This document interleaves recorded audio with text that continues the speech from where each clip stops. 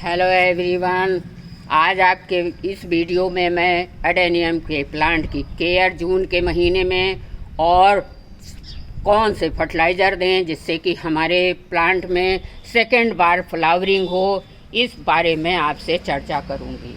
कुछ ऐसे पॉइंट आपको बताऊंगी जिसको अगर आप फॉलो करेंगे तो आपके प्लांट में भी सेकेंड बार फ्लावरिंग इस तरह से आने लगेगी। देखिए, मार्च से लेके मई तक हमारे प्लांटों में, इन प्लांटों में बहुत तेज़ फ्लावरिंग थी, बहुत हैवी ब्लूमिंग थी, लेकिन अभी इन प्लांटों ने मई के लास्ट से फ्लावरिंग रोक दी है। लेकिन 4-5 पौधे ऐसे हैं मेरे जिन्होंने सेकेंड बार फ्लावरिंग कर दी है, स्टार्ट कर दी है और बहुत मात्रा में कर दी है।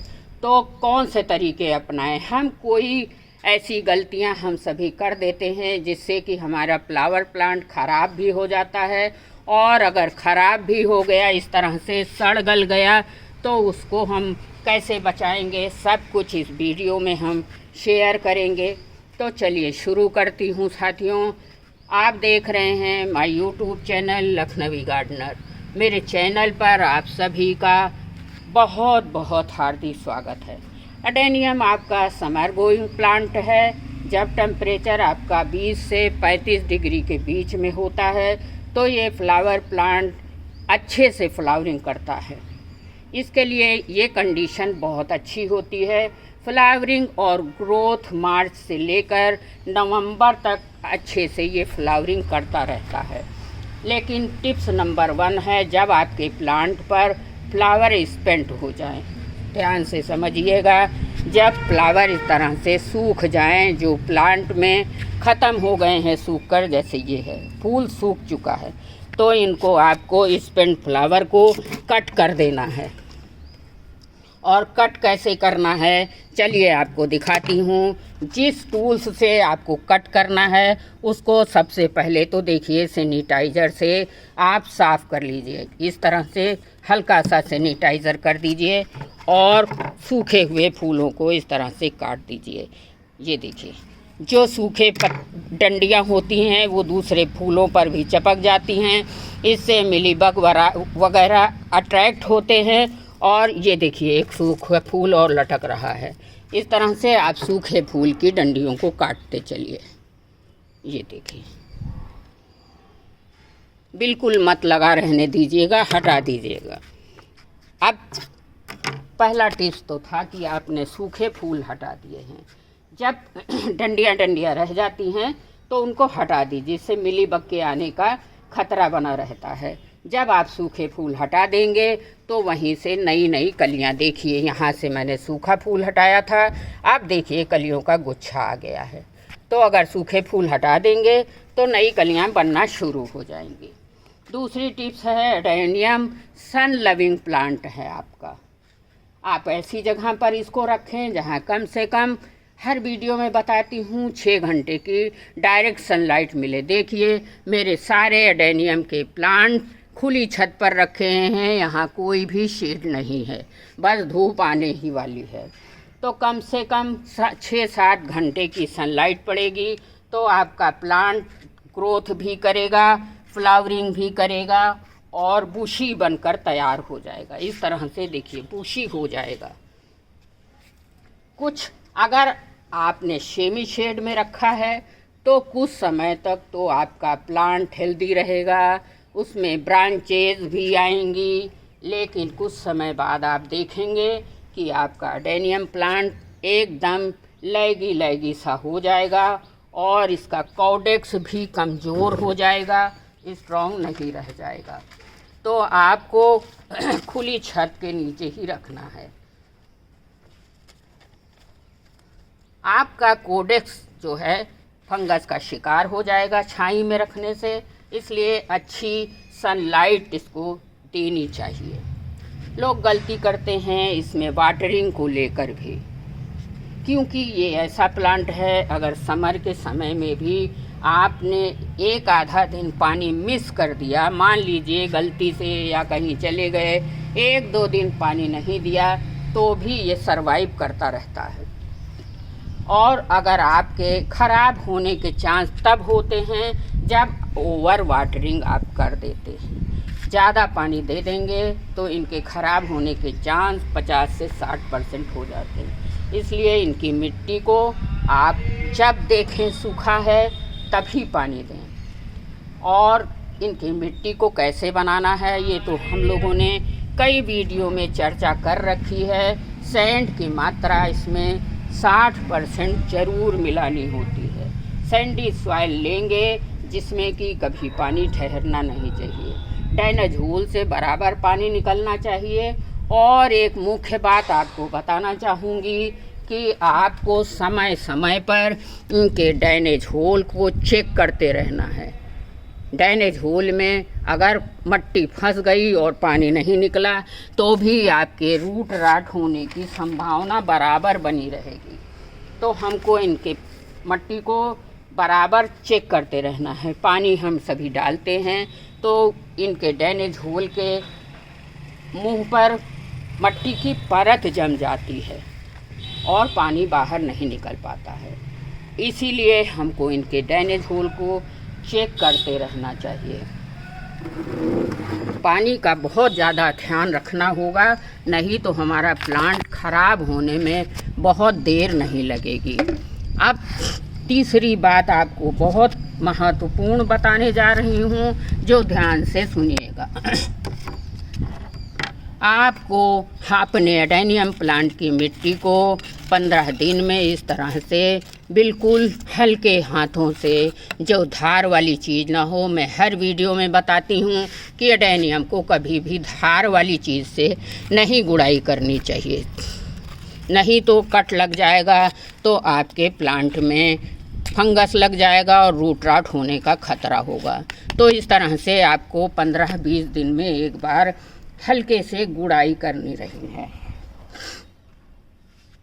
इनका जब ग्रोइंग पीरियड हो, अब तो एक बार फ्लावरिंग ख़त्म हो गई है, लेकिन सेकंड बार में हमको फ्लावरिंग कैसे लेनी है उसके लिए मैं आपको एक ऑर्गेनिक फर्टिलाइज़र बताने जा रही हूँ। बस आपको इसका इस्तेमाल करना है और आपके प्लांट में अब से लेकर नवंबर तक, कहीं कहीं तो मेरे प्लांटों में तो दिसंबर तक फ्लावरिंग आती है। तो चलिए मैं बता देती हूँ सेकंड बार फूल कैसे लेने हैं आपको। ये देखिए बोन मील है, ये बिल्कुल ही ऑर्गेनिक है। बोन मील मतलब जानवर की हड्डी का चूरा है। और ये है साथियों, देखिए नीम की खली। नीम की खली बहुत ज़्यादा नेचुरल NPK होता है। इसकी खासियत है कि बहुत अच्छा है, इंसेक्टिफाइड भी होता है। कभी भी दीमक, चींटी वगैरह अगर आपके प्लांट में लग गए तो ये उनको भी मार देता है। चलिए बता देती हूँ इनको बनाना कैसे है। आपको लेना है 1 चम्मच बोन मील। चलिए चम्मच से ही नाप के आपको दिखाती हूँ। 2 चम्मच ले लीजिए बोन मील अपने प्लांट की रिक्वायर के हिसाब से। पौधा छोटा है तो आधा चम्मच दीजिएगा और बड़ा है तो 1 चम्मच दे दीजिए। दोबारा फ्लावरिंग लेने के लिए मैं ये प्रोसेस बता रही हूँ। और 1 चम्मच या 1 चम्मच से भी 1 ही चम्मच ले लीजिए, नीम की खली इसमें मिला दीजिए। देखिए नीम की खली और बोन मील को अच्छे से मिला लीजिए और उसमें फंजीसाइड पाउडर मिलाना ना भूलें, क्योंकि जब फ्लावरिंग आने लगती है तो इनकी टिप्स पर कलियों के साथ साथ, मेरे प्लांट में तो नहीं है लेकिन कहीं कहीं मिली बग चिपकी मिल जाती है। तो इस तरह से आप खूब अच्छे से इनका मिक्सचर बना लीजिए। देखिए खूब अच्छे से मिला लीजिएगा। बोन मील है, नीम की खली है और थोड़ी सी फंजीसाइड पाउडर है।